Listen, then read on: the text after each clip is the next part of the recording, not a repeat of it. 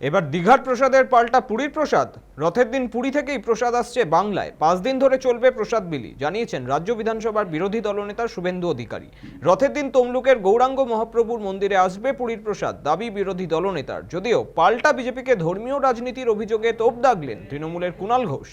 একটা ভাস্কর্য বানিয়েছেন, প্রথমত ওটা মন্দির নয়, আমি হিন্দু, ওটা মন্দির নয়, ওটা একটা ভাস্কর্য। ভাস্কর্য বানিয়েছেন সরকারি টাকায়, কিছু হলুদ ফ্ল্যাগ রাস্তায় টাঙিয়েছেন। আরে হিন্দু হতে গেলে গেরুয়া ফ্ল্যাগ টাঙাতে হবে, গেরুয়া বিজেপির নয়, গেরুয়া হিন্দুদের। কিচ্ছু হবে না, 16টা সিটি হারবেন। উনি 21 সালে পাড়ায় পাড়ায় ঘুরেছেন, সব পাড়াতেই হেরেছেন, অনেক পাড়াতে শেষ মুহূর্তে আমি বেরিয়ে গেছে। আর 24-এ গিয়ে সব জায়গায় ঘেঁটেছেন, তারপরেও অধিকারী মুক্ত করতে গেছিলেন, পিসি মুক্ত হয়ে গেছে। বেলা 12টার সময় কলকাতা, 3টের সময় পুরী থেকে মহাপ্রসাদ আসছে।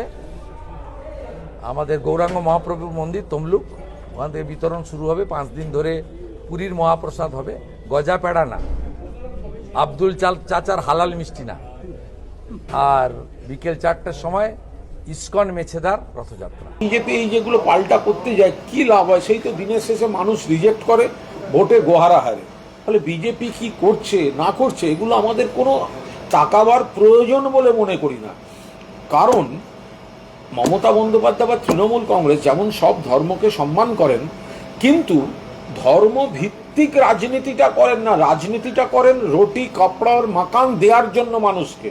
আর বিজেপি রুটি কাপড়ার মাকান করে না, তারা শুধু ধর্মের ভিত্তিতে মেরুকরণ করে। তৃণমূলের বিরুদ্ধে লড়তে লড়তে লড়তে লড়তে হারতে হারতে হারতে হারতে এখন জগন্নাথ দেবের বিরোধিতা শুরু করে দিয়েছেন বিরোধী দলনেতা।